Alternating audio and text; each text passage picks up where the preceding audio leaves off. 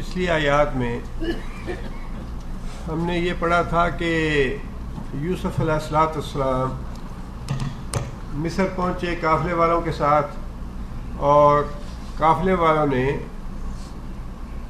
ایک آدمی کے آگے بھیج دیا یوسف علیہ السلام کو.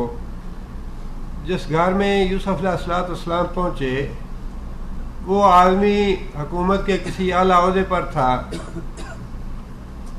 اونچی سوسائٹی کا ماحول تھا، اور انہوں نے یوسف علیہ السلام کے عادات و اطوار سے، اخلاق اور کردار سے یہ محسوس کیا کہ یہ کسی اونچے گھرانے کا لڑکا ہے.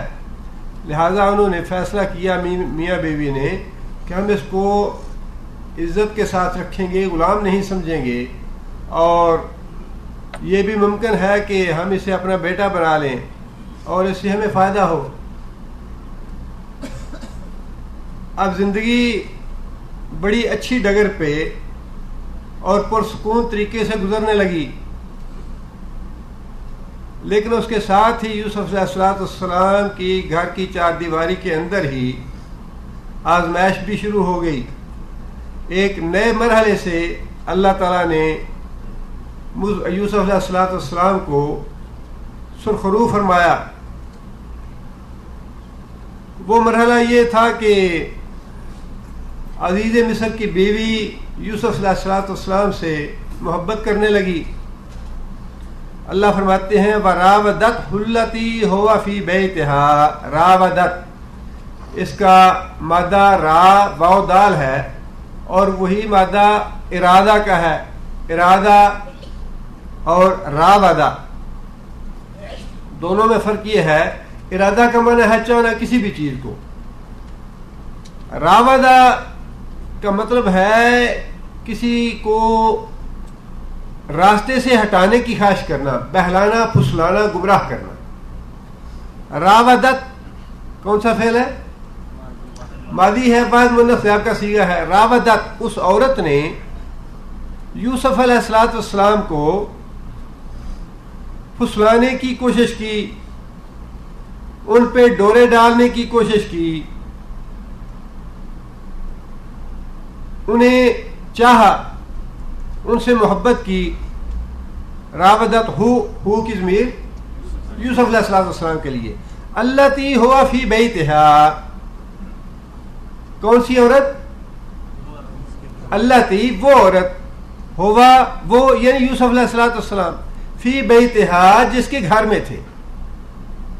حالانکہ یہاں پہ یہ بھی فرمایا جا سکتا تھا کہ عزیز مصر کی بیوی جو ہے وہ پھسلانے لگی یوسف علیہ السلام کو، لیکن التی ہوا فی بیتہا یہ بات ارشاد فرما کے اللہ تعالیٰ نے اس معاملے کی سنگینی کو واضح فرمایا کہ جس گھر میں وہ رہتے تھے، جس گھر والی کے احسانات تھے یوسف علیہ السلام پہ، جس کی نافرمانی کرنا ذرا مشکل تھا. آخر وہ کھانا کھلاتی تھی، گھر میں عزت کے ساتھ رکھا ہوا تھا، کپڑے دیتی تھی، اور دوسرے کام کاج جتنی بھی ان کی حاجات تھیں ظاہرہ وہ گھر والی پوری کرتی تھی، وہ جو عورت گھر میں رہتی تھی. جس کا مطلب یہ ہے یہاں پہ یہ بات جتلانے کا کہ اس گھر والوں کے یوسف علیہ السلام پہ احسانات تھے کہ انہوں نے عزت اور احترام کے ساتھ انہیں رکھا ہوا تھا.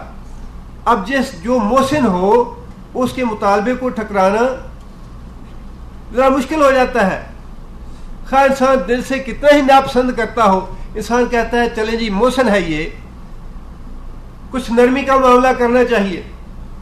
اس لیے اللہ تعالیٰ نے خاص طور پہ یہاں یہ بات ارشاد فرمائی کہ اس عورت نے یوسف علیہ السلام پہ ڈورے ڈالنے کی کوشش کی. التی ہوا فی بیتہا، جن کے گھر میں وہ شب و روز رہ رہے تھے، جن کے گھر میں وہ شب و روز کھانا کھاتے تھے، رہتے تھے، زندگی بسر کرتے تھے، اور ان کے احسانات تھے یوسف علیہ السلام پہ. النفس ہی یہاں پہ ہی کون ہے؟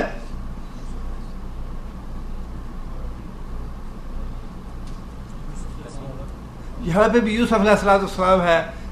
اس کا لفظی معنی تو یہ ہوگا کہ یوسف علیہ السلام کو ہٹانا چاہا ان کی جان سے، ہٹانا چاہا، گمراہ کرنا چاہا، بہکانا چاہا ان نفس سے ہی، اس کی جان سے۔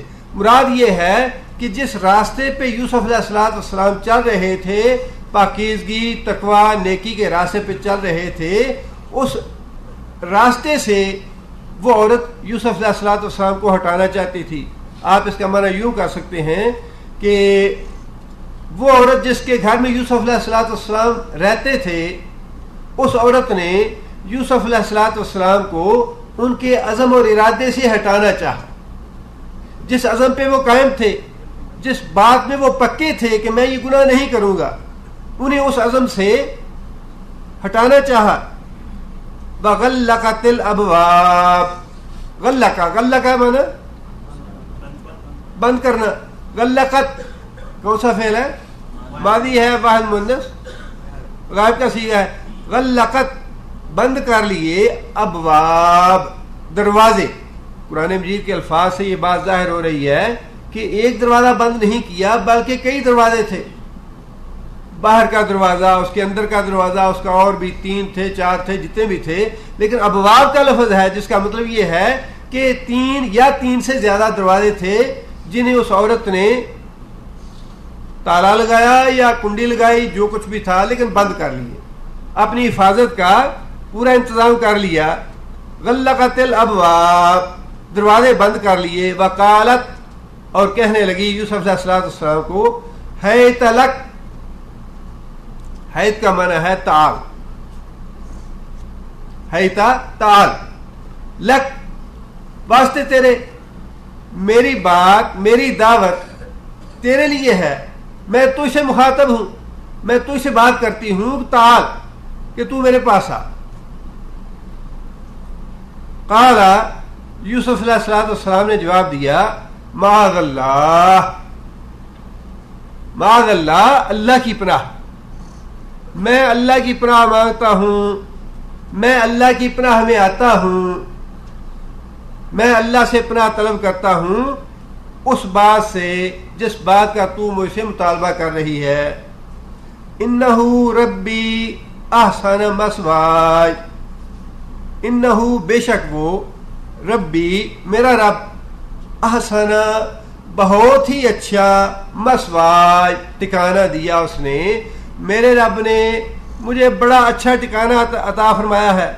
میں کہاں کنویں میں گرا ہوا تھا، مجھے وہاں سے کوئی نہ نکالتا، وہیں میری زندگی ختم ہو جاتی، وہاں سے مجھے نکالا گیا، نکالنے کا بندوبست اللہ نے فرمایا، میں شہر میں لایا گیا، بیچ دیا گیا، اور پھر اچھی جگہ اللہ نے مجھے پہنچا دیا۔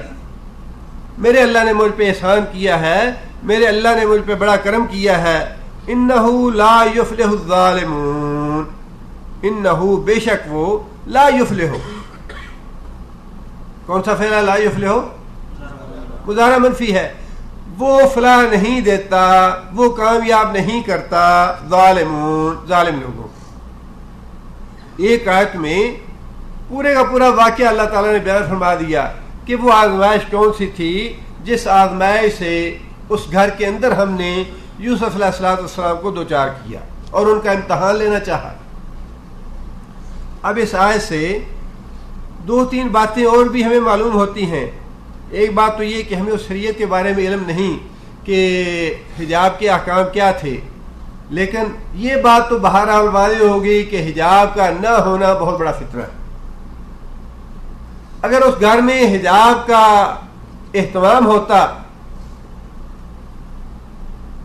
تو یہ فتنہ نہ پڑتا، اور جہاں کہیں بھی یہ معاملہ ہوگا حجاب نہیں ہوگا وہاں فتنے پڑیں گے، وہاں ایسے معاملات ہوں گے۔ یہ کمزوریاں تو اللہ نے رکھی ہیں امتحان لینے کے لیے، مردوں میں بھی رکھی ہے، عورتوں میں بھی رکھی ہے، کہیں کم ہوگی کہیں زیادہ ہوگی، کہیں اس کے امکانات زیادہ ہوں گے کہیں امکانات کم ہوں گے، لیکن یہ تو ہے تو فتنہ۔ اور انسان کے مزاج میں، عورت اور مرد کے مزاج میں یہ چیز رکھی ہے اللہ تعالیٰ نے، جہاں کہیں بھی حجاب نہیں ہوگا، پردہ نہیں ہوگا، وہاں یہ فتنے پیدا ہوں۔ دوسری بات یہ ہے کہ گھروں میں خادمائیں رکھنا اور خادم رکھنا یہ بھی فتنہ ہے۔ خادم کا خواہ وہ 1 گھنٹے یا 2 گھنٹے کے لیے کیوں نہ آئے، یہ بھی فتنہ ہے۔ عورت کا کام ہی یہ ہے کہ وہ اپنے گھر کے امور جو ہے ان سب کی ذمہ داری سنبھالے اور سارے کام مرد کے اور اپنے بچوں کے خود اپنے ہاتھوں سے کرے۔ کچھ تو تباہی پیسے کی فراوانی نے پھیلائی ہے اور کچھ عورتوں کی آرام طلبی نے یہ فتنے پیدا کیے ہیں۔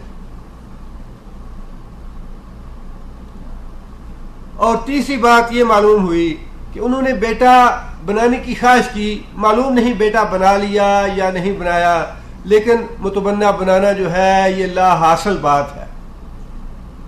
بیٹا وہی ہے جو قانونی بیٹا ہے، اسی لیے شریعت نے یہ بات واضح فرمائی ہے کہ متبنہ جو ہے، منہ بولا بیٹا جو ہے، اس کی کوئی حیثیت نہیں، اور اس کے لیے پورا ایک واقعہ قرآن مجید میں نبی صلی اللہ علیہ وسلم نے متبنہ بنایا ہوا تھا، اور اس جہالت کی رسم کو ختم کرنے کے لیے بڑا ایک نبی صلی اللہ علیہ وسلم کو خود اس کے لیے حکم دیا گیا کہ تم یہ خود کام کرو تاکہ لوگوں کو پتہ چلے کہ یہ متبنہ کچھ نہیں ہے، اس کی کوئی حیثیت نہیں ہے، قانونی طور پہ وہ وارث نہیں ہے اپنے باپ کا، وہ غیر محرم ہے آپ کی بیوی کے لیے بھی جسے وہ ماں کہتا ہے، ان عورتوں بہنوں کے لیے بھی جنہیں وہ بہن سمجھتا ہے ان کے لیے بھی غیر محرم ہے، اس ماں کے لیے بھی غیر محرم ہے، ان کے ساتھ نکاح ہو سکتا ہے اس کا۔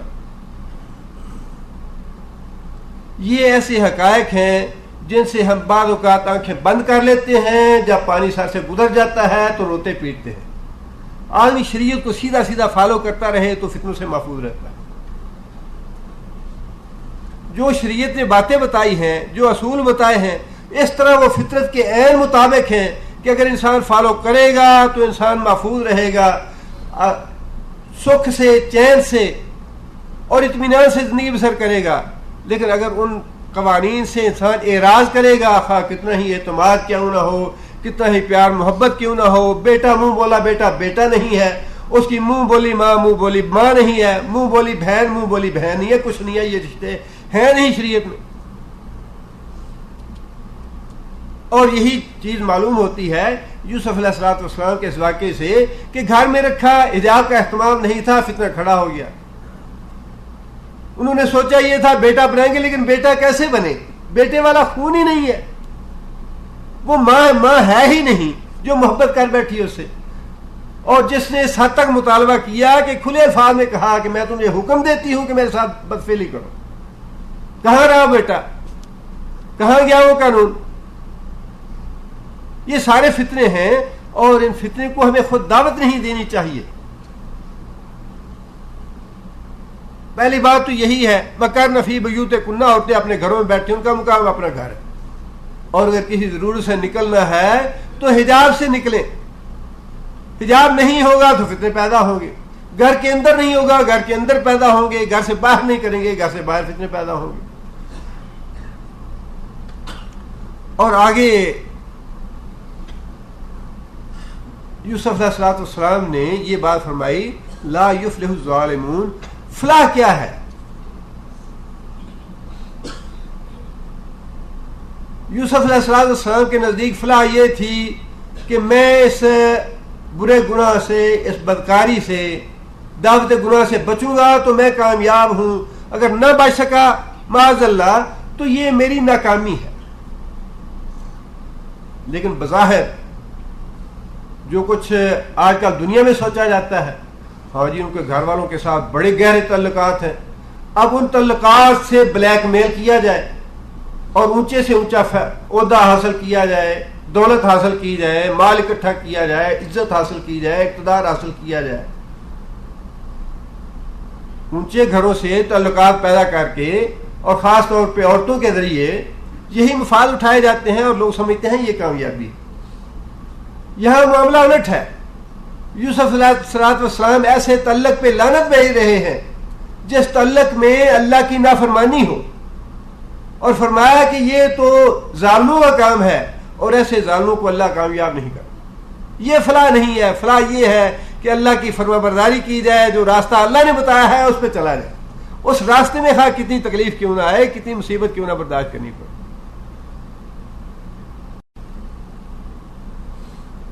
آگے اللہ فرماتے ہیں وَلَقَدْ ہَمَّتْ بِهِ، وَلَقَدْ، اور البتہ تحقیق، پکی بات ہے، یقینی بات ہے. ہمت بہی، ہمت کون سا فعل ہے؟ ماضی ہے، بعد مؤنث غائب کا صیغہ ہے. ماضی اور مضارع، مؤنث، مذکر، واحد، تثنیہ، جمع، انہی صیغوں سے الفاظ کے معنی متعین ہوتے ہیں. انہی صیغوں سے انسان امتیاز کرتا ہے یہاں مراد مرد ہے یا عورت ہے، مراد ایک ہے یا دو ہیں یا زیادہ ہے. بڑا اہم ہے ماضی اور مضارع کی گردانیں کم از کم ہر قرآن مجید سیکھنے والے کا خواہش مند جو ہے اسے ضرور یاد کر لینی چاہیے. مشکل کام نہیں ہے کوئی. ہمت میں ہی اس عورت نے قصد کیا، اس عورت نے پکی بات ہے، یقینی بات ہے، طے کر لی یہ بات کہ اس سے بدکاری کرنی ہے. ہمت میں ہی قصد کیا، ویسے اس کا معنی ہے قصد کرنا. بلقد ہمت بہی، ہی کی ضمیر کس کے لیے؟ یوسف علیہ السلام کے لیے. اس عورت نے پکا قصد کر لیا، پکا ارادہ کر لیا بہی یوسف کا. وہم بہا، اب یہ ہمہ جو ہے کون سا فعل ہے؟ ماضی ہے، واحد مذکر غائب کا صیغہ ہے. یہاں مراد کون ہے؟ یوسف علیہ السلام ہے.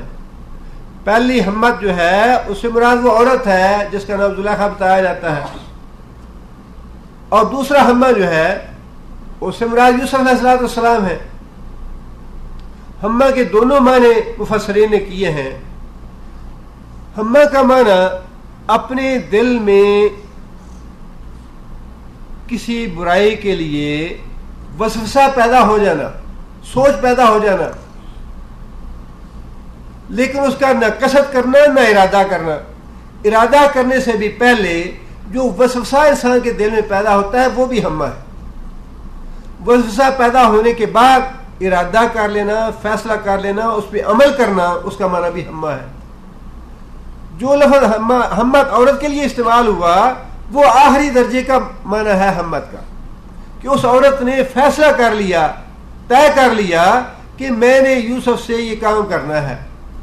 لیکن یوسف علیہ السلام کے بارے میں جو ہمہ کا لفظ اللہ تعالیٰ نے استعمال فرمایا وہ ہے وسوسے کا ہمہ.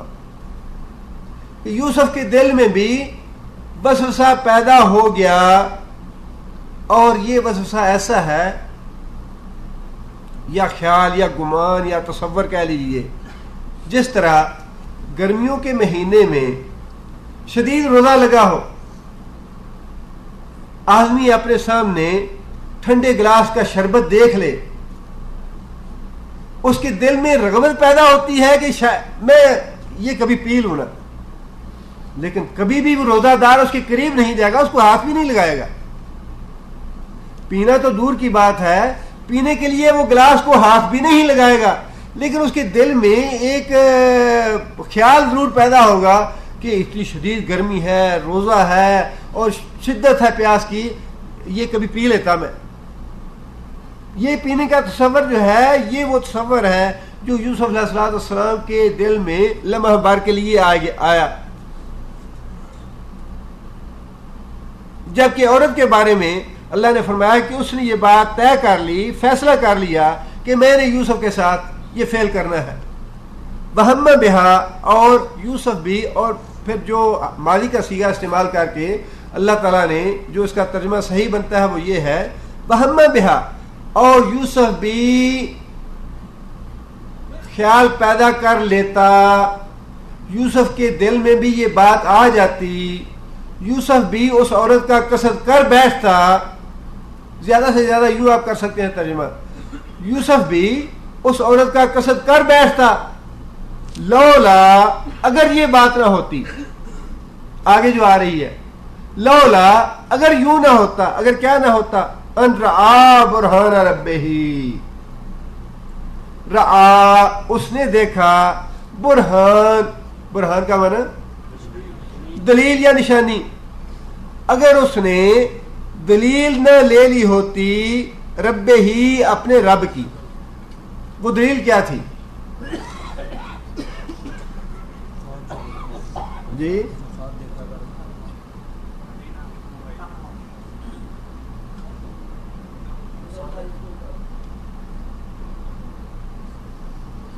پچھلی آیات کے الفاظ جو ہیں انہیں پہ دیکھیے کہ یوسف علیہ الصلوۃ والسلام نے کیا جواب دیا عورت کو. معاذ اللہ، اللہ کی پناہ معمولی بات نہیں ہے. یوسف علیہ الصلوۃ والسلام کا اس عورت کے جواب میں اللہ کی پناہ کے لفظ منہ سے نکال دینا، یہ اتنی بڑی دلیل تھی اللہ کی پناہ میں آنے کی یا اس گناہ سے بچنے کی کہ اگر یوسف علیہ الصلوۃ والسلام کی زبان سے یہ نہ نکلتا کہ میں اللہ کی پناہ میں آتا ہوں، میں اس گناہ سے بچتا ہوں اللہ کی مدد کے ساتھ، اگر یوسف علیہ الصلوۃ والسلام یوں نہ کہتے تو وہ بھی کثرت کر بیٹھتے. کتنی بڑی بات ہے. یہ دیکھنے کو یوں ہی لگتا ہے کہ یہ چھوٹی سی بات ہے، معاذ اللہ، لیکن اس سے بڑی تو کوئی پناہ نہیں ہے. نبی صلی اللہ علیہ وسلم نے ایک عورت سے نکاح کیا. نبی صلی اللہ علیہ وسلم اس کے پاس گیا تو اس عورت نے کہا یا رسول اللہ میں آپ سے اللہ کی پناہ طلب کرتی ہوں. نبی صلی اللہ علیہ وسلم نے فرمایا کہ تو نے ایسی ذات کی پناہ طلب کی ہے جس ذات سے بڑی کوئی ذات نہیں، تو اپنے گھر واپس چلی جا. نبی صلی اللہ علیہ وسلم نے اس کو طلاق دی، گھر بھیج دیا اس کو. اس لیے کہ اللہ کی پناہ جب انسان طلب کر لیتا ہے، اور انسان گناہ سے بچ سکتا ہی تب ہے جب انسان اللہ کی پناہ طلب کرے. اللہ کی پناہ کے بغیر تو انسان گناہ سے بچ سکتا نہیں.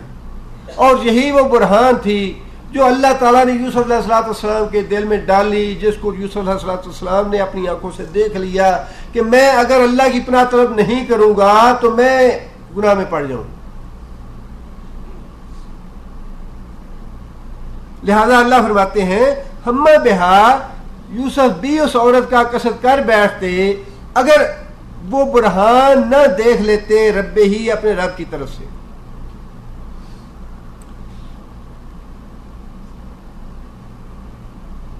بعض الفاظ جو عام طور پہ یہاں پہ اکثر آپ دیکھتے ہیں استعمال کرتے ہیں سعودی حضرات بھی، اگرچہ عادت کے طور پہ ہی ہیں اور بعض شعوری طور پہ بھی استعمال کرتے ہوں گے، لیکن یہ کلمات اتنے خیر و برکت کے کلمات ہیں، اتنے خیر و برکت کے کلمات ہیں، ہم ان کا تصور نہیں کر سکتے.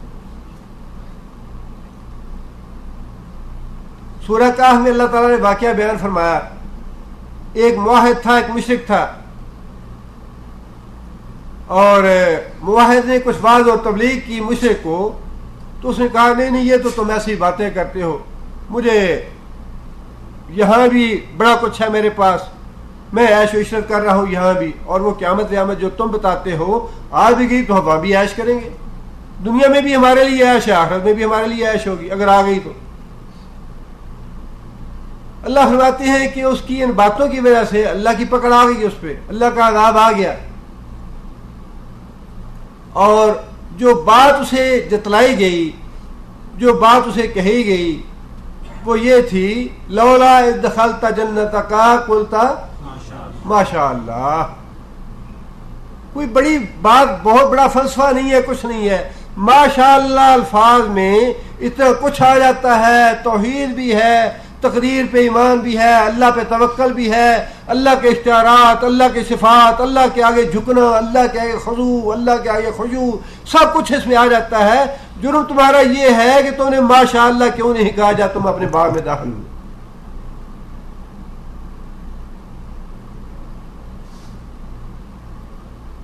اسی طرح سورہ القلم میں بھی اللہ تعالیٰ نے ایک واقعہ بیان فرمایا ہے.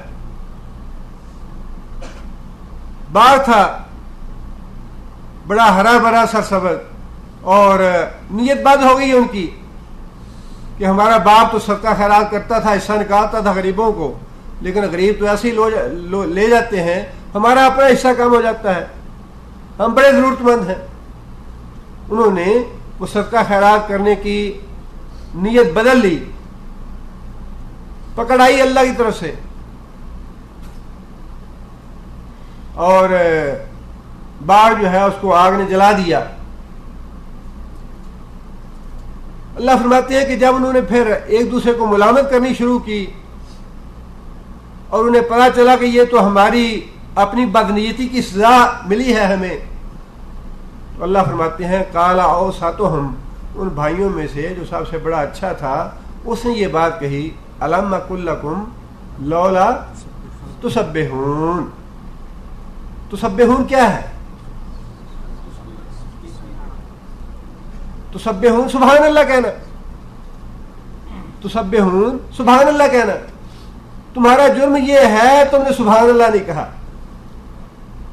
یہ ہیں چھوٹے چھوٹے کلمے، معاذ اللہ، سبحان اللہ، الحمدللہ، انشاءاللہ، ماشاء اللہ، لیکن ان کے ساتھ اتنی زیادہ خیر و برکت وابستہ ہے کہ جب انسان ان کو چھوڑتا ہے تو خیر و برکت سے محروم ہو جاتا ہے،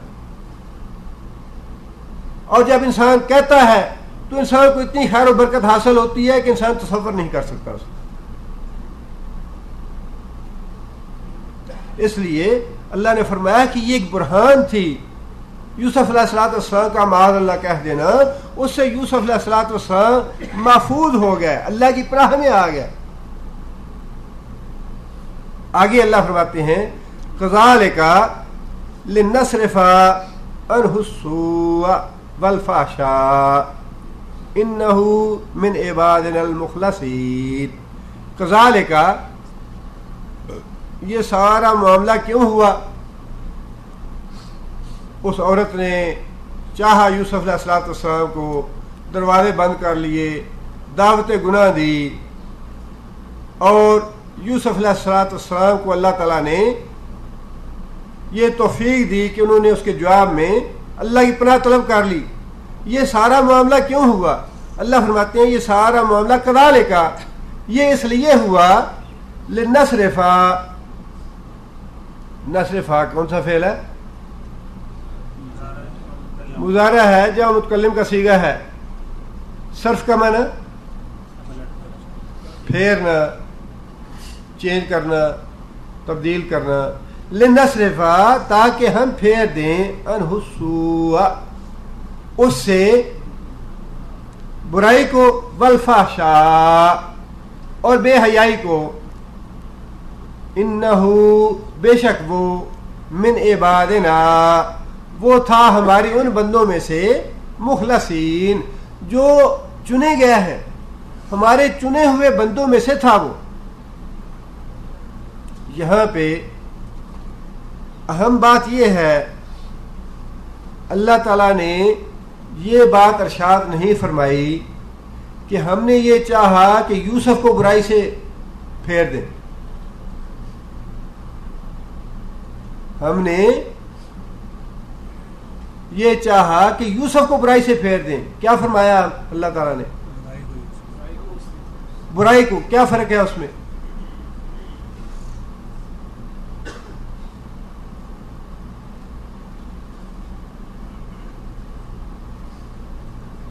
دیکھیے نا، ایک آدمی ہے یا فقیر ہے، کوئی سائل ہے یا کوئی راہگیر ہے، جا رہا ہے، راستے میں کتا آ گیا، کتے نے اس پہ بھونکنا شروع کر دیا۔ اب آپ کیا کہیں گے، کتے کو ہٹاؤ یا بندے کو ہٹاؤ؟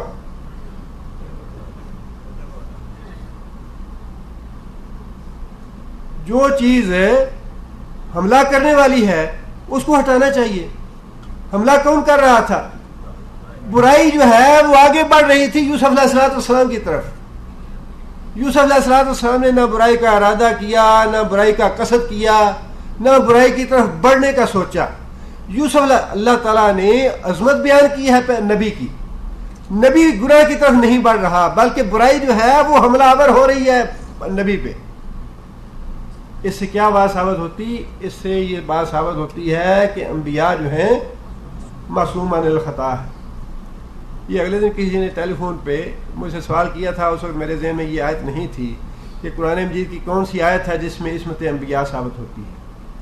یہ ہے قرآن مجید کی آیت جس سے عصمت انبیاء ثابت ہوتی ہے، کہ اللہ نے یہ فرمایا ہے کہ ہم یہ چاہتے تھے کہ برائی جو حملہ آور ہو رہی ہے یوسف پہ، جو گھیر رہی ہے یوسف علیہ السلام کو، اس برائی کو ہم ہٹائیں یوسف سے۔ یہ نہیں فرمایا، اگر اللہ یہ فرما دیتے کہ ہم یوسف کو ہٹاتے ہیں تو اس کا مطلب یہ تھا کہ یوسف علیہ السلام جو ہیں وہ خود خواہش مند ہیں برائی کے، انہوں نے قصد کیا برائی کا، لیکن وہ آیت عصمت انبیاء کے خلاف ہوتی ہے. یہ آیت جو ہے یہ عصمت انبیاء کا عقیدہ جو ہے ثابت ہوتا ہے اس سے کہ نبی جو ہے وہ برائی کی طرف نہیں بڑھ رہا. لیکن اس کا مطلب یہ نہیں کہ انبیاء میں وہ جذبہ یا وہ بشریت نہیں ہوتی, وہ تقاضا موجود ہوتا ہے, لیکن اللہ تعالیٰ نے اتنی ان کو استقامت دے رکھی ہوتی ہے, خواہشات پہ اتنا کنٹرول دے رکھا ہوتا ہے کہ وہ برائی کی طرف بڑھتے نہیں, اپنے آپ پہ اتنا کنٹرول رکھتے ہیں, اپنے آپ پہ اتنا ضبط ہوتا ہے انبیاء کو کہ نہ وہ برائی کا قصد کرتے ہیں نہ برائی کے بارے میں سوچتے ہیں. لہذا اللہ نے فرمایا کہ لِنَصْرِفَ عَنْهُ السُّوءَ وَالْفَحْشَاءَ. سوء اور فحشاء میں کیا فرق ہے؟ سوء ہے برائی جس سے مطلوب ہے صغیرہ گناہ, دل میں تصور کرنا, دل میں ارادہ آنا, اور دل میں برائی کا ارادہ کرنا, اس پہ کوئی گناہ نہیں ہے. یہ اللہ تعالیٰ کا فضل اور اللہ کا انعام ہے. نبی صلی اللہ علیہ وسلم نے فرمایا کہ جب انسان برائی کا ارادہ کرتا ہے تو برائی کا ارادہ کرنے پہ کوئی گناہ نہیں لکھا جاتا. اب انسان یا تو برائی چھوڑ دیتا ہے یا کرتا ہے. فرمایا کہ جس آدمی نے برائی کا ارادہ ترک کر دیا, برائی نہیں کی, اس کے نامہ اعمال میں ایک نیکی لکھی جاتی ہے, اور جب انسان برائی کر گزرتا ہے تب اس برائی کے مطابق اس کی ایک برائی لکھی جاتی ہے. نیکی کے معاملے میں یہ فرمایا کہ نیکی کا جب انسان ارادہ کر لے تو نیکی کا ایک اس کا اجر جو ہے اس کے نامہ اعمال میں لکھ دیا جاتا ہے, اور جب انسان نیکی کرتا ہے عملاً تو پھر 10 گنا سے بڑھا کے 700 گنا تک جتنا بھی اس کا ایمان اور خلوص ہوتا ہے, تقویٰ ہوتا ہے, اس کے مطابق اللہ تعالیٰ اس کا اجر و ثواب بڑھا کے لکھتے ہیں. یہ اللہ تعالیٰ کی نعمت ہے, اللہ کا فضل اور اللہ کا احسان ہے. برائی کے ارادے پہ برائی لکھی نہیں جاتی, اور ارادے کو ترک کرنے پہ اللہ ایک نیکی لکھ دیتے ہیں. اور اگر خدا نخواستہ انسان برائی کر گزرے تو اس کی ایک ہی برائی لکھی جاتی ہے, جبکہ نیکی کے معاملے میں معاملہ برعکس ہے. نیکی کے ارادے پہ ایک نیکی لکھی جاتی ہے, اور جب نیک عمل کر لے انسان تو پھر اس کا اللہ تعالیٰ جتنا مرضی بڑھا چڑھا کے اس کو اجر و ثواب دے دے. آگے اللہ فرماتے ہیں کہ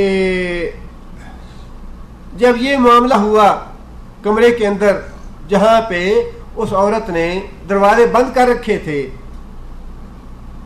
اب یوسف علیہ السلام جو ہیں وہ اللہ کی پناہ مانگ رہے ہیں اور اس بدفعلی سے بچنا چاہتے ہیں.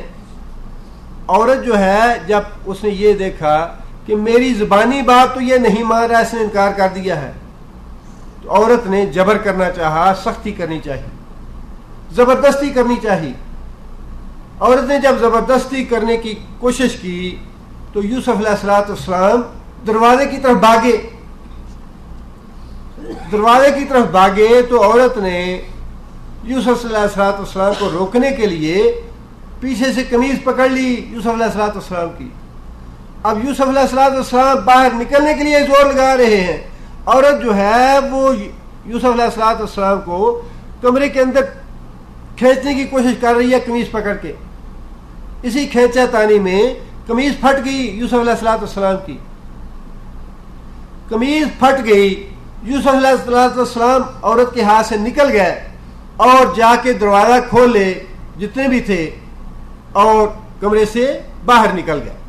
جیسے ہی یوسف علیہ السلام کمرے سے باہر نکلتے ہیں تو یوسف علیہ السلام نے دیکھا کہ دروازے پہ ہی اس عورت کا شوہر کھڑا ہے, عزیز مصر کھڑا ہے. اللہ فرماتے ہیں وَاسْتَبَقَا دونوں نے ایک دوسرے پہ سبقت لینے کی کوشش کی. دوڑے دونوں کس طرف دوڑے؟ الباب, دروازے کی طرف. عورت بھی اور یوسف علیہ السلام بھی دونوں دروازے کی طرف دوڑے. بقدت قمیصہو, قدہ کا ہے نا پھاڑنا. قدت کون سا فعل ہے؟ ماضی ہے اور واحد مؤنث غائب کا صیغہ ہے. مراد اس سے کون ہے؟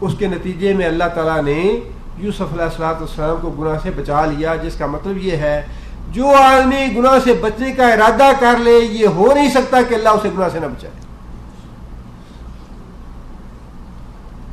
آج کل سوچ یہی ہے نا جی، کیا کریں جی، سارے کرتے ہیں بھائی، سود تو سارے بینک کھاتے ہیں، تجارت میں لگا دے یہ ہو جائے گا وہ ہو جائے گا، پیسہ ڈوب جائے گا، ایسے ہو جائے گا، ساری دنیا ایسی ہے جی، جھوٹ کے بغیر تو تجارت ہوتی ہی نہیں ہے، ساری دنیا جھوٹ بولتی۔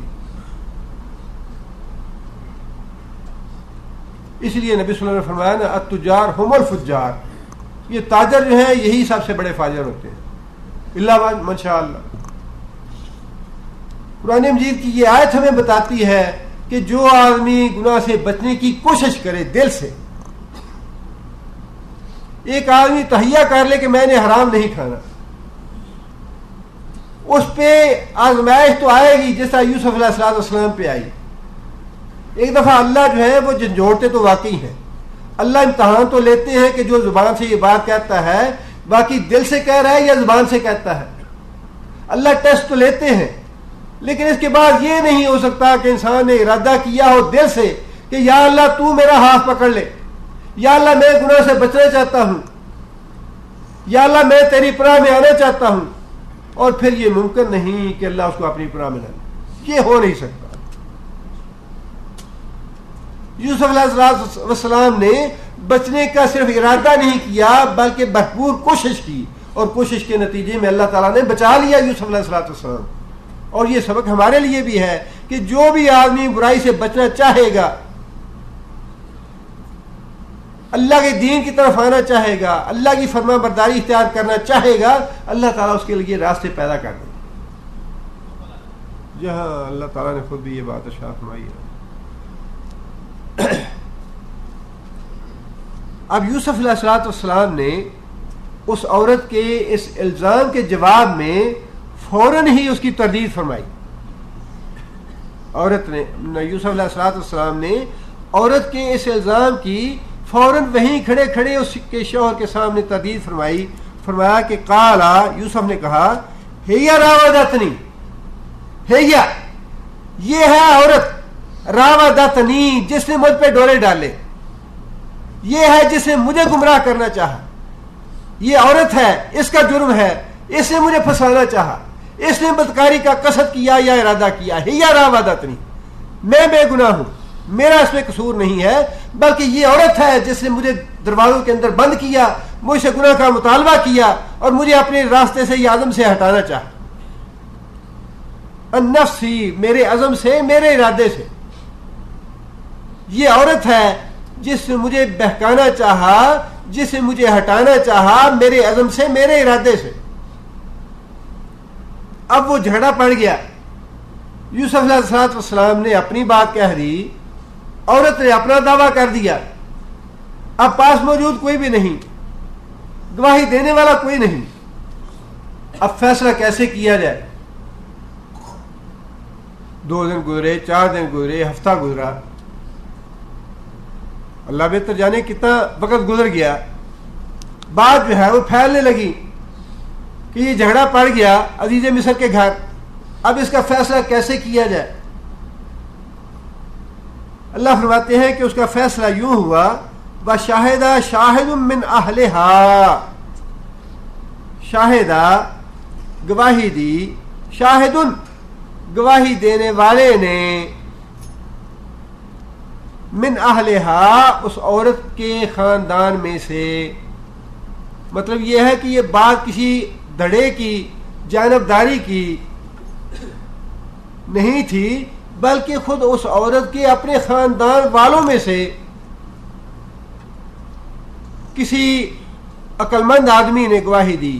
یہاں پہ شاہدن کا مطلب وہ گواہ نہیں جو اپنی آنکھوں سے واقعے کو دیکھے، بلکہ یہاں پہ شاہد سے مراد ہے جو آدمی کرینے سے، عقل کی سوچ سے، کوئی دلیل، عقلی دلیل سے کسی چیز کی گواہی دے، عقلی دلیل دی اس نے، لہذا اللہ نے فرمایا کہ اس کے اپنے گھر والوں سے گواہی دینے والے نے گواہی دی، یا یوں کہہ لیجئے کہ اس کے خاندان والوں میں سے ایک عقل مند آدمی نے یہ فیصلہ کیا،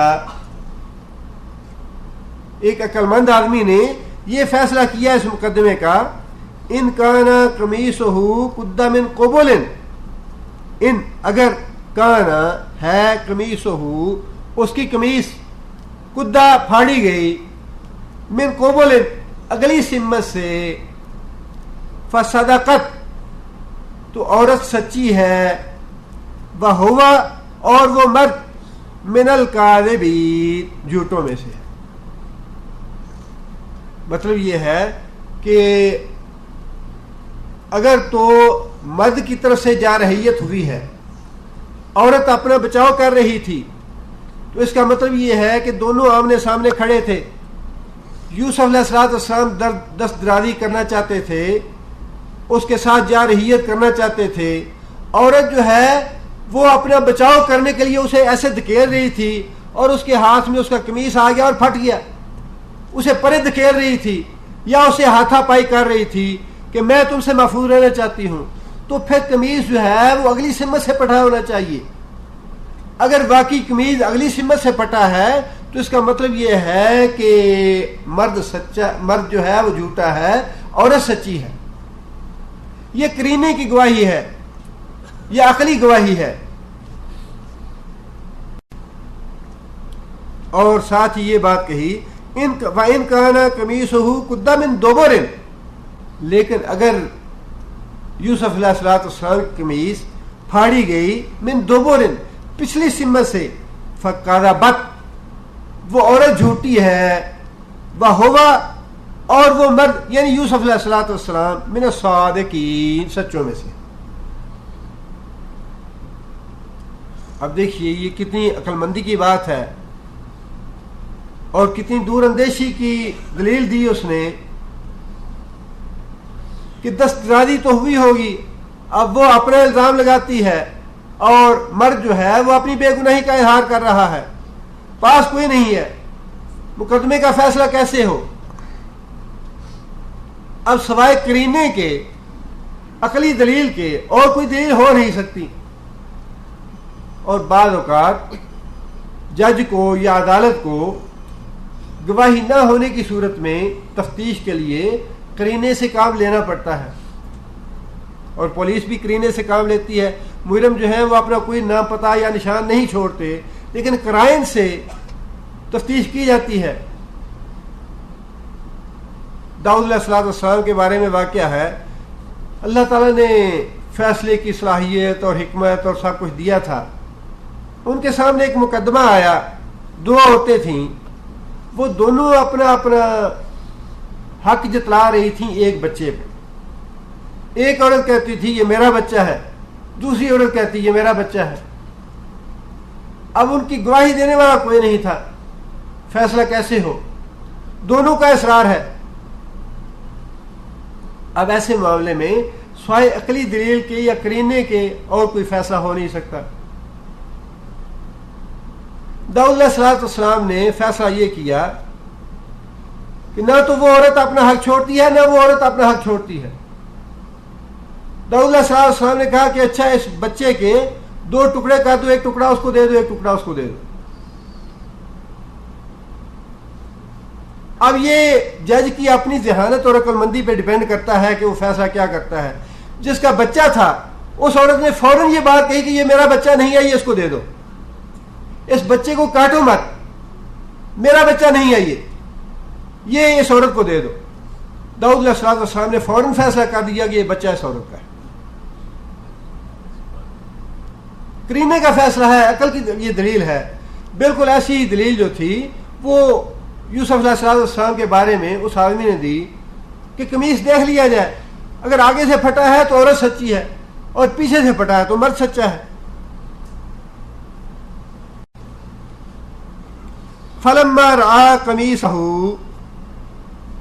پس جب دیکھا اس نے قمیصہ اس کا قمیص، قدہ پھاڑا گیا، من دبر پچھلی سمت سے، قالا کہا، کس نے کہا؟ عزیز مصر نے، انہو من قید کن، انہو یہ فعل، یہ کام، یہ جرم، من قید کننا، ان عورتوں کی چالوں سے، ان عورتوں کے مکر کا ہے. یہ کام جو ہے عورتوں کے مکر والا کام ہے، ان کی چال ہے، ان کی چالاکی ہے، ان کی مکاری اور عیاری ہے. ان بے شک قید کننا، عورتوں کی چال بازیاں، عورتوں کی مکاریاں عظیم، بہت بڑی ہوتی ہے. اب اسے یہ حقیقت سمجھ میں آ گئی کہ مجرم تو یہ عورت ہے میری بیوی، اور چونکہ فیصلہ آدمی نے دے دیا اور اس فیصلے کے مطابق مجرم اس کی بیوی بن گئی، اس آدمی نے کوئی جانبداری کا اظہار کیے بغیر غیر جانبدارانہ طور پہ یہ بات کہہ دی کہ واقعی یہ عورتوں کی چالاکیوں سے، عورتوں کی مکاریوں میں سے ایک مکاری ہے، اور عورتوں کی مکاری اور عورتوں کی چالاکی تو بہت ہی بڑی ہے.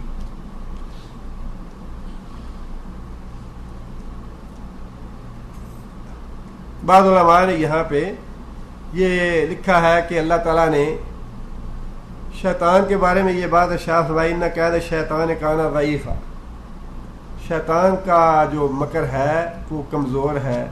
یہاں پہ اللہ تعالیٰ نے عورتوں کے بارے میں فرمایا کہ عورتوں کا مکر جو ہے عظیم ہے، لیکن یہ بات ہر عورت کے لیے ہے بھی نہیں، اور ویسے بھی جو شیطان کا مکر ضعیف بتایا گیا اللہ کے مقابلے میں ہے. بہرحال یہ بات تو ظاہر ہے کہ جو اس عورت نے کام کیا اور جس طریقے سے الزام لگایا یوسف علیہ السلام پہ، یہ بہت بڑی مکاری اور بہت بڑی عیاری کا ثبوت تھا. آگے عزیز مصر نے یوسف علیہ السلام سے مخاطب ہو کے یہ بات کی، یوسف ہو، اے یوسف، آرز عن ھذا، آرز کا معنی یہ آرڈر ہے، امر کا صیغہ ہے. آرز عن ھذا، اس سے منہ موڑ لے. ویسے تو اس کا ترجمہ یہ ہے، لیکن اس کا جو مفہوم ہے وہ یہ ہے فارگیٹ اٹ، ہمیشہ کے لیے بھلا دو اس کو، اس کا کسی سے ذکر نہ کرنا، کسی سے بات نہ کرنا. یہ اب وہ یہ تو اسے پتہ چل گیا کہ جھوٹی میری بیوی ہے، اب وہ یہ چاہ رہا تھا کہ عزت والا گھرانہ ہے اور اونچی سوسائٹی کے لوگ ہیں ہم، اور حکومت کے لوگوں میں یہ بات پھیل گئی تو میری بڑی بے عزتی ہوگی. لہٰذا اس نے یوسف علیہ السلام پہ دباؤ ڈالا کہ یوسف اب اس کو بھول جاؤ اور اس کا ذکر کسی دوسرے سے نہ کرنا، تاکہ یہ بات دب جائے، کسی کو معلوم نہ ہو. اور ساتھ ہی یوسف علیہ السلام کو جو صدمہ پہنچا تھا،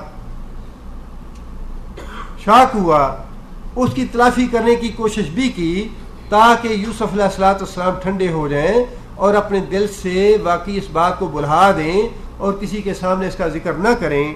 ساتھ ہی یہ کہا آرز عن ھذا، بھول جا اس کو، واستغفری لذنبک، واستغفر کیا معنی، اور تو معافی مانگ، مرد کے لیے، عورت کے لیے، واستغفری، اے عورت تو معافی مانگ، لذنبک، اپنے گناہ کی. مطلب یہ کہ اس مرد نے بڑی فراخ دلی سے ایکسیپٹ کر لیا کہ گناہ جو ہے وہ میری بیوی کی طرف سے ہوا ہے. یوسف سے یہ بات کہی، فارگیٹ اٹ، اس کو بھلا دو اور اس کا ذکر کسی سے نہ کرنا. اور اپنی بیوی سے یہ بات کہی کہ معذرت کرو اس سے، تم نے غلطی کی ہے، گناہ کیا ہے تم نے، واستغفری، اسے معافی مانگ، لذنبک، اپنی گناہ کی، انک کنت من الخاطئین، انک، بے شک تو ہی، کنت، تھی، من الخاطئین، خطا کاروں سے. غلطی تیری ہے، یوسف کی غلطی نہیں ہے، لہذا تجھے چاہیے کہ یوسف سے معافی مانگے. اب اس نے اپنی طرف سے تو پوری کوشش کی کہ یہ بات دب جائے اور اس کا کہیں ذکر نہ ہو، لوگوں کو اس کا پتہ نہ چلے اور ہماری بدنامی اور بے عزتی نہ ہو. لیکن ایسی باتیں کہاں چھپی رہتی ہیں. اور پھر جیسا آگے ہم دیکھ رہے ہیں یا ہم پڑھیں گے انشاءاللہ، یہ ہے کہ وہ سوسائٹی کچھ ایسی تھی جہاں پہ اس طرح کی باتوں کو کوئی اہمیت نہیں دی جاتی تھی. یوسف علیہ السلام سے تو یہ توقع نہیں تھی، جب انہیں ایک دفعہ یہ کہہ دیا جائے کہ اس کا ذکر کسی سے نہ کرنا تو انہوں نے کسی سے ذکر کیا ہو. لیکن اگلی آیت میں عزیز مصر کی بیوی کی جو اللہ تعالیٰ نے تصویر کھینچی ہے اس سے یہی پتہ چلتا ہے کہ اس بات کا ذکر خود اس عورت نے کہیں کیا ہوگا. اس بات کو خود اس عورت نے ہی عورتوں میں پھیلایا. عورتوں میں وہ بات پھیل گئی کہ عزیز مصر کے گھر میں یہ واقعہ پیش آیا ہے کہ اس کی بیوی جو تھی وہ اپنے نوکر سے محبت کرنے لگی اور اس سے اپنی خواہش پوری کرنے کا مطالبہ کیا. اس نے انکار کر دیا اور پھر اس کا یہ فیصلہ کیا گیا. اس سے ظاہر ہے کہ بدنامی ہوئی پورے حلقے میں یا پورے شہر میں جہاں جہاں تک بات پہنچی. اللہ فرماتے ہیں وقالا نسوۃ فی المدینۃ، وقالا اور کہا نسوۃ عورتوں نے فی المدینۃ شہر میں. وہی بات ہے کہ عورت کے ذریعے بات پھیلی اور عورتوں میں ہی پھیلی، عورتوں نے ہی آگے باتیں بنانی شروع کر دیں. اور یہ خاص ایک مشن اور مزاج ہوتا ہے عورتوں کا، باتیں کرتے رہنا، بلا وجہ باتیں کرتے رہنا، کریجتے رہنا، غیبت کرنا اور مزے لینے ایسی باتوں کے، ایسی باتوں میں پڑھتے رہنا. وقال نسوۃ فی المدینۃ، شہر میں عورتوں نے یہ بات کہنی شروع کر دی. امراۃ العزیز، کہ عزیز کی بیوی، تراود فتاہا. تراود کون سا فعل ہے؟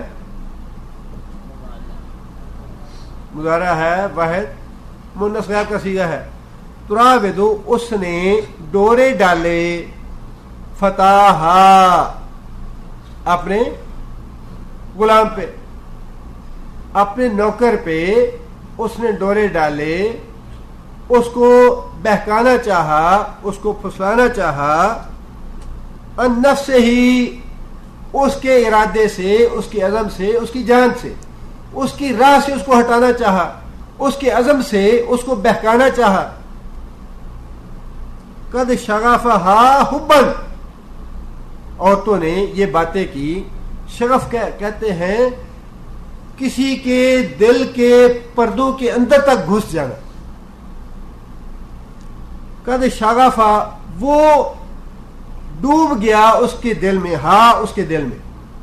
یوسف جو ہے وہ گڑ گیا، جذب ہو گیا، داخل ہو گیا، ہاں اس کے اندر، اس کے دل میں. شغافہ، یوسف جو ہے اس عورت کے دل کے اندر گھس گیا، حباً، محبت کے ساتھ.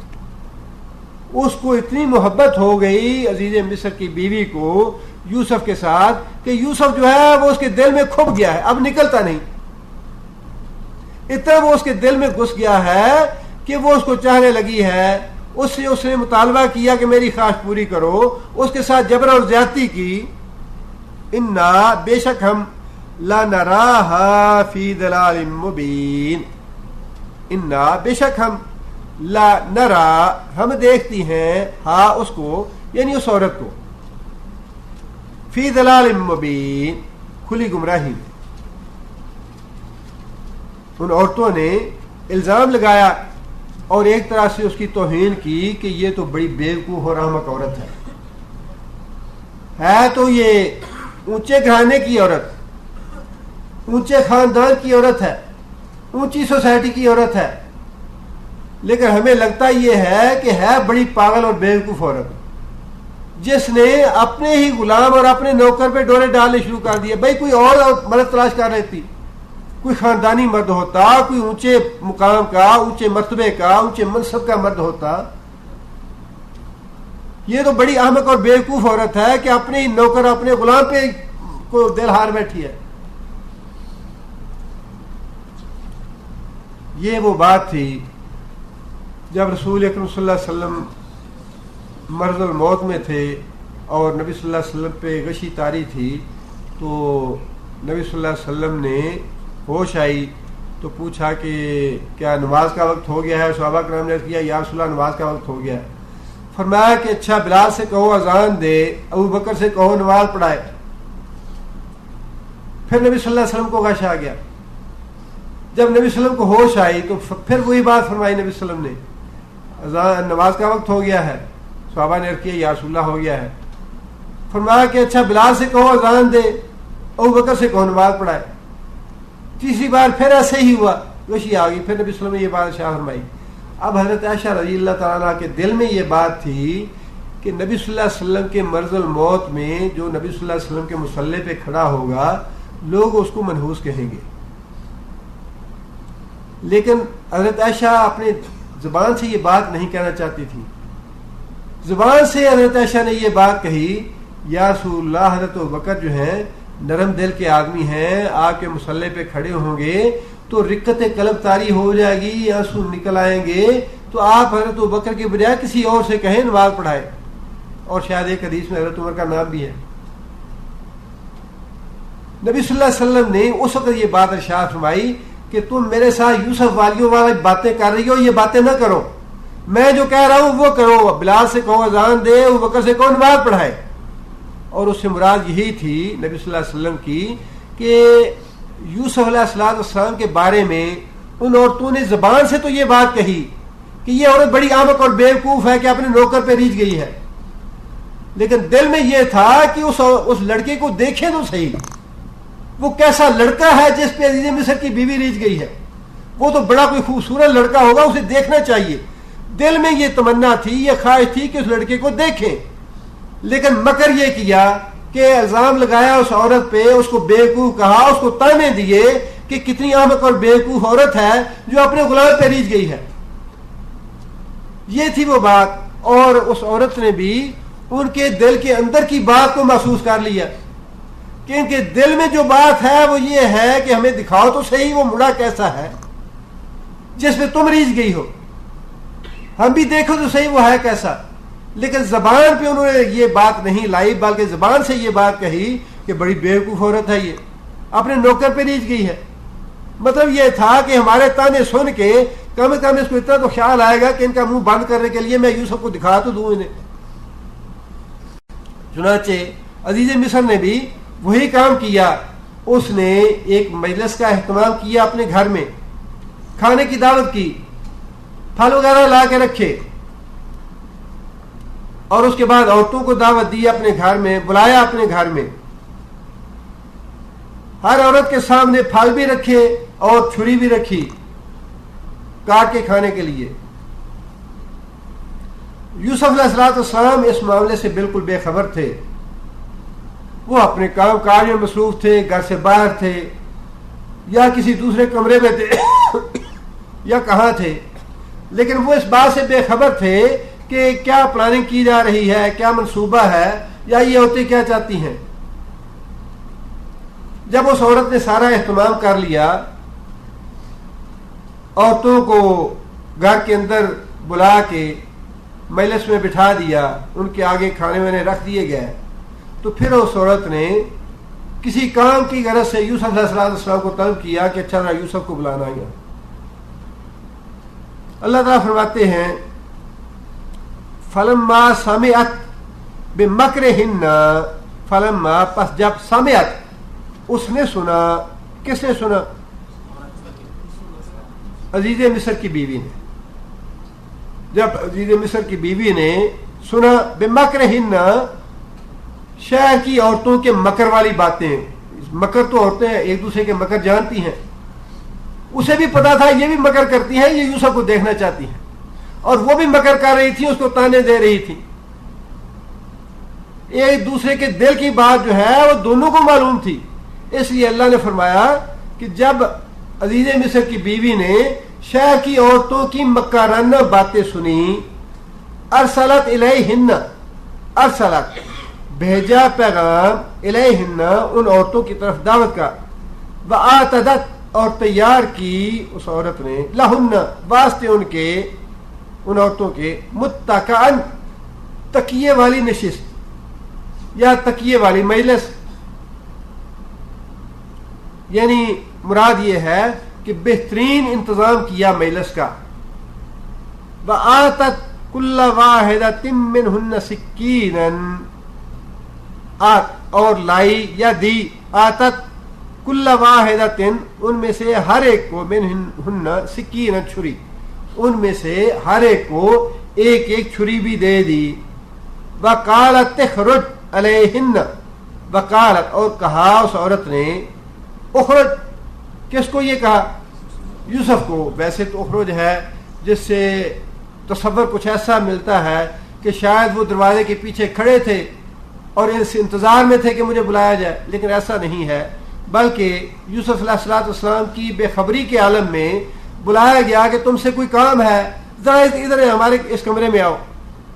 وَقَالَتْ تَخْرُجْ عَلَيْهِنَّ فَلَمَّا رَأَيْنَهُ، اللہ فرماتے ہیں فلما، پس جب رائنا ان عورتوں نے دیکھا ہو اس کو، اس یوسف علیہ السلام کو، اکبرنہ، اکبرنہ کیا مطلب؟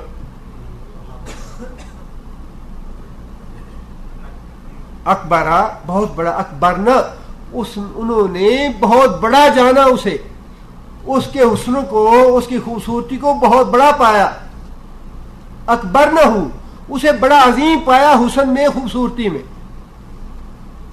وَقَطَّعْنَ أَيْدِيَهُنَّ، قطعنا اور کاٹ لیے، ایدیہن اپنے ہاتھ، مطلب یہ کہ پھل وغیرہ ان کے ہاتھ میں تھے، چھری ان کے ہاتھوں میں تھی، لیکن وہ یوسف علیہ السلام کو دیکھ کے اس طرح دنگ رہ گئیں، اس طرح محو ہو گئی یوسف علیہ السلام کو دیکھنے میں کہ انہیں اس بات کا خیال نہ رہا کہ ہمارے ہاتھوں میں تیز چھریاں ہیں جن سے ہم پھل کاٹ رہی ہیں۔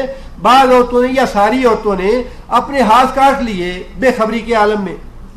بقلنا، اور ان کی زبان سے یہ بات نکلی، حاشا للہ، حاشا للہ کا معنی ہے سبحان اللہ، اللہ تعالیٰ کی پاکیزگی ہے اس میں، سبحان اللہ، ما ھذا بشرا، یہ تو بشر نہیں ہے، ان ھذا الا ملک کریم، ان ھذا نہیں ہے یہ الا مگر ملک فرشتہ کریم، بڑی عزت والا، یہ تو کوئی نورانی مخلوق ہے، یہ خاکی مخلوق نہیں لگتا، یہ تو واقعی اس لائق ہے کہ جو کچھ اس عورت نے کیا ہے وہ واقعی کر گزرنا چاہیے تھا اسے۔ اب آپ اندازہ لگائیے، یہ روشن خیالی جو ہے یہ نئی نہیں ہے، جو آج ہماری اونچی سوسائٹی میں ہو رہی ہے، یا جسے بڑی روشن خیالی کہا جاتا ہے، اور دوسرے الفاظ میں عام مسلمان بدماشی اور بے حیائی کہتے ہیں اسے، یہ کوئی نئی نہیں ہے، یہ تو 4000 سال پرانی ہے۔ اسے روشن خیالی تو تم کہتے ہو کہ ہم روشن خیال ہیں، عورتوں کو ننگا کر کے، عورتوں کو غیر مردوں میں لا کے، ان کی مخلوط مجالس کر کے، اور اللہ تعالیٰ معاف کرے ایسے ایسے کام اور ایسے ایسے بے حیائی کے انداز ہیں کہ شیطان بھی شرماتا ہے ان سے۔ یہ بدماشی اور بے حیائی اور بے غیرتی جو ہے، اور یہ عریاں پن، یہ نیا نہیں ہے، یہ تو 4000 سال پرانا ہے، تم اسے روشن خیالی کہتے ہو یا ترقی پسندی کہتے ہو۔ یہ تو قرآن میں بتاتا ہے کہ یہ سراسر جہالت ہے، یہ سراسر بے حیائی ہے اور بے غیرتی ہے۔ یہ انہوں نے اپنے ہاتھ کاٹ لیے، قلنا حاشا للہ، اور ان کی زبان سے نکلا سبحان اللہ، ما ھذا بشرا، یہ تو بشر آدمی یہ تو آدمی لگتا نہیں ہے، ان ھذا الا ملک، یہ تو نورانی مخلوق ہے، یہ تو کوئی فرشتہ ہے، کریم، عزت والا۔ عزت والا کیوں کہا؟ نہیں، لیکن انہیں کیسے یہ پتا چلا یہ واقعی عزت والا ہے؟ ایک تو واقعہ بھی اس کا شاہد تھا، اور دوسری بات یہ تھی جب یوسف علیہ السلام کو بلایا گیا تو یوسف علیہ السلام نے آنکھ اٹھا کے بھی ان عورتوں کی طرف نہیں دیکھا، یہ کون بیٹھی ہیں، کیا کرتی ہیں، یا کیا کہنا چاہتی ہیں، یا ان کا مطلب کیا ہے۔ یوسف علیہ السلام ان کے منصوبے سے، ان کی باتوں سے، ان کی خواہشات سے بالکل بے تعلق رہے، آنکھ اٹھا کے بھی نہیں دیکھا کہ یہ کون بیٹھی ہیں۔ فرمایا اس لیے انہوں نے کہا کہ یہ ہے تو کوئی نورانی مخلوق، لیکن ہے واقعی بڑا عزت والا، کوئی عام آدمی نہیں ہے، یہ تو بڑا کوئی متقی اور بڑا صالح اور بڑا پرہیزگار ہے، جس نے ہماری جیسی خوبصورت عورتوں کی طرف اور اونچی سوسائٹی کی عورتوں کی طرف آنکھ اٹھا کے بھی دیکھنا گوارا نہیں کیا۔ ان ھذا الا ملک کریم۔ آگے پھر اللہ تعالیٰ نے وہ داستان بیان فرمائی کہ کس طرح اللہ تعالیٰ نے یوسف علیہ السلام کو اس آزمائش سے بچایا، لیکن اس آزمائش کے بچنے کے بعد یوسف علیہ السلام کے لیے ایک اور آزمائش کا دروازہ کھل گیا۔ اس آزمائش سے تو بچ نکلے، لیکن اس آزمائش سے بچنے کے بعد ایک اور آزمائش کا دروازہ کھل گیا یوسف علیہ السلام کے لیے، اور ان ساری آزمائشوں سے گزارنے کے بعد اللہ تعالیٰ نے یوسف علیہ السلام کے لیے جو مقام اور مرتبہ رکھا تھا اللہ تعالیٰ نے ان مراحل کے ذریعے ان کی تیاری کر دی یوسف علیہ السلام.